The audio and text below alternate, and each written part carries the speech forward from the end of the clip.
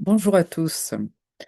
Dans l'enquête sur l'anorexie, la publiée il y a quelques jours, les télépathes ont suivi une piste assez intéressante, à savoir que pour répondre à la question assez dérangeante en soi, qu'est-ce qui pousse des jeunes filles, puisque ce sont elles les principales touchées, à refuser de s'alimenter au risque parfois de leur vie, quelle est la cause en fait de ce comportement? Donc pour répondre à cette question, euh, les télépathes ont évoqué la piste d'un problème transgénérationnel, c'est-à-dire de quelque chose à aller soulever dans la lignée des femmes. Et qu'en fait, ces jeunes filles, par quelque part un acte d'amour incroyable, mettaient leur vie en jeu pour envoyer le message qu'il y avait vraiment quelque chose à regarder de façon urgente, un message à leur mère, à leur grand-mère, quelque chose enfin qu'il fallait, un non-dit, qu'il fallait aller exposer, un secret, qu'est-ce qui s'était passé chez la mère ou chez la grand-mère, donc, et qu'il fallait vraiment aller regarder ça sans plus tarder. Il y a une autre piste qui a été juste effleurée quelque part, c'était que il y avait possibilité quand même d'un trauma dans l'enfant. Je crois que c'est Véro qui a évoqué cette possibilité puisqu'elle a vu quelque chose de violent, de non respectant de pas harmonieux. Et aujourd'hui, je voudrais aller explorer un petit peu plus en avant cette piste-là, parce que j'ai écouté assez récemment une conférence de Bruno Clavier. C'est un psychanalyste transgénérationnel, un des trop rares psychanalystes à s'intéresser au transgénérationnel.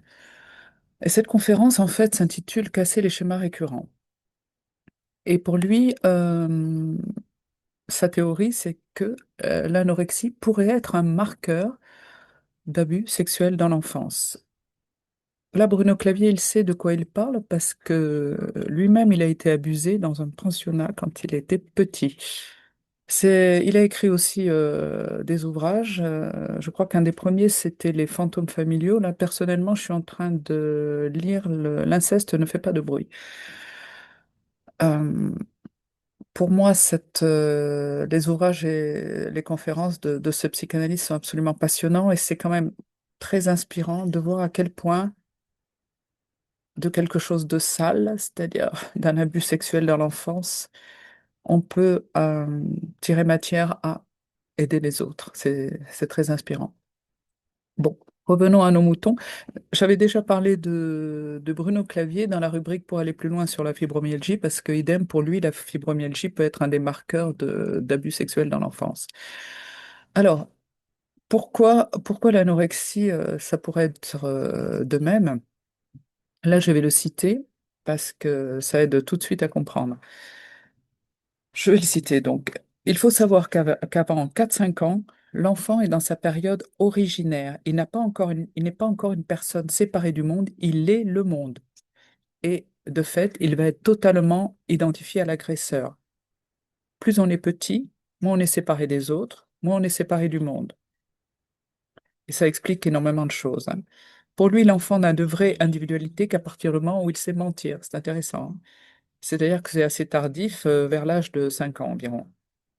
Ce qui veut dire qu'avant, ben, l'enfant, il est son parent. Il est presque dans le corps de l'autre. Ça veut dire que toutes les agressions précoces et les incestes, là, le problème, ça va être que l'autre va rentrer dans le corps puisque les corps ne sont pas séparés. Mais déjà, vous commencez à voir où il veut en venir au sujet de l'anorexie.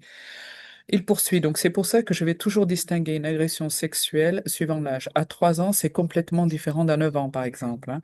Une agression sexuelle à 9 ans, les corps ne sont pas mélangés, c'est-à-dire que l'enfant, il va être capable de se dire, là, il y a quelqu'un d'extérieur qui est en train de m'agresser.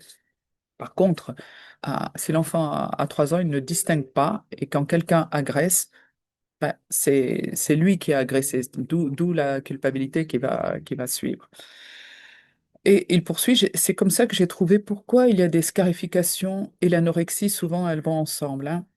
Et pour lui, donc l'anorexie est un marqueur majeur. Et il envoie une petite pique au psy, là, parce qu'il dit avant, pour les psys, ben, l'anorexie, c'était toujours la faute des mères, on les a bien culpabilisés.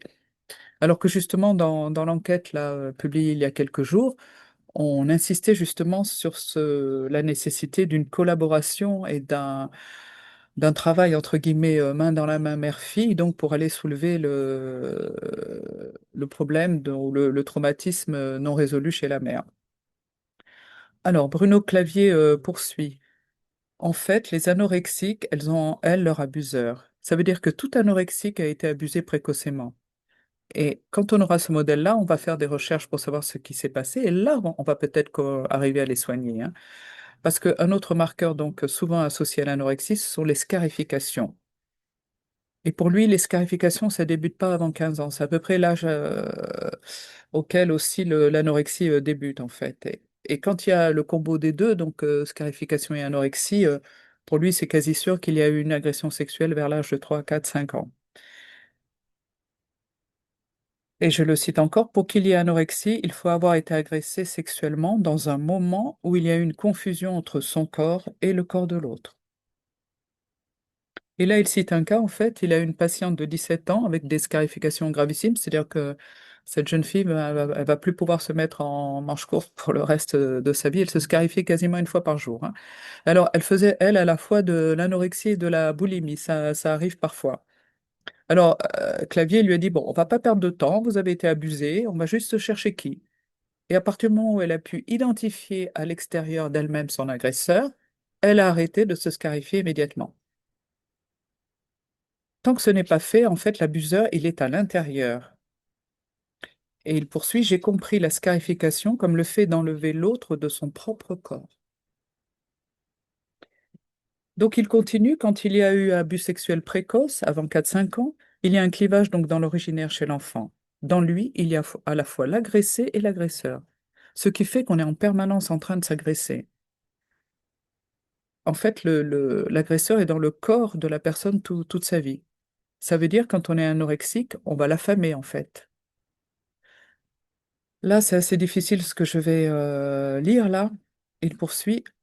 C'est pour ça que je ne comprenais pas pourquoi les anorexiques mouraient le sourire aux lèvres. 2 jours avant de mourir, elles souriaient. Pourquoi? Parce qu'elles étaient enfin en train de tuer l'agresseur qui était en elles.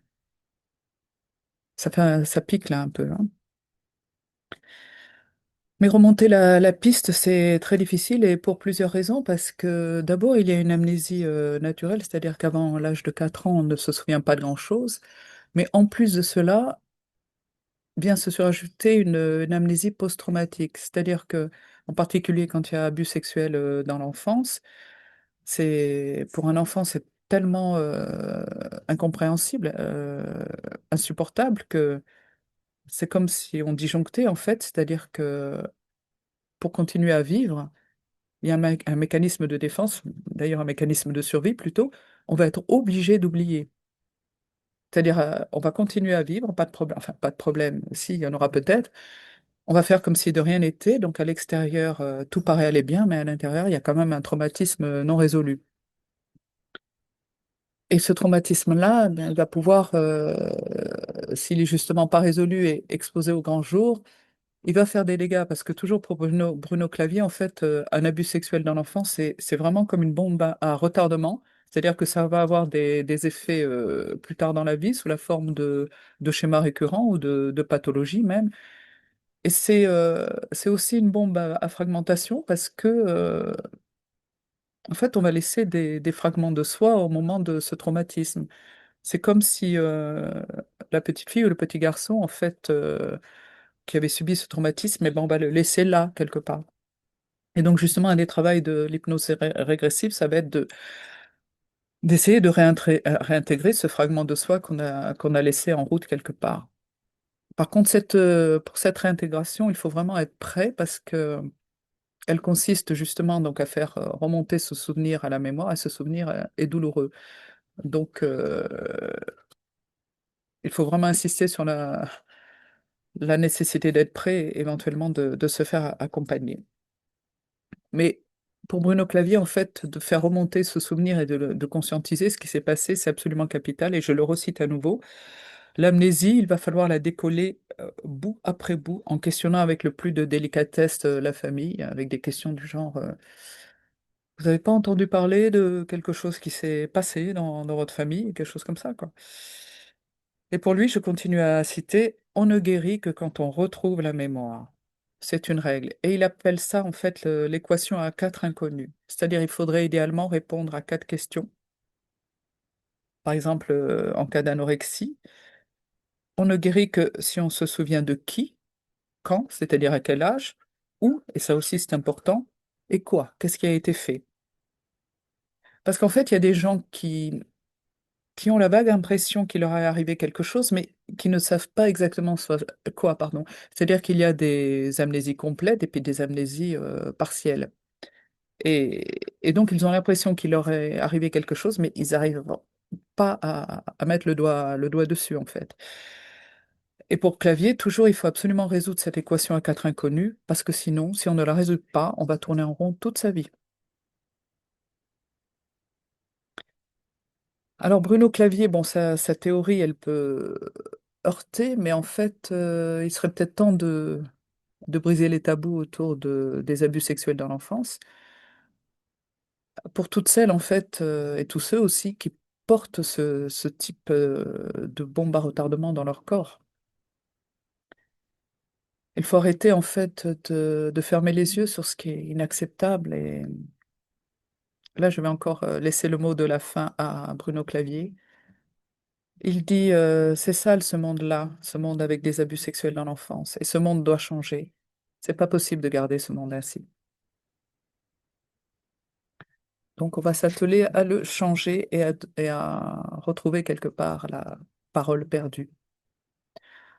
Sur ce, prenez soin de vous et je vous dis à très très vite. Au revoir.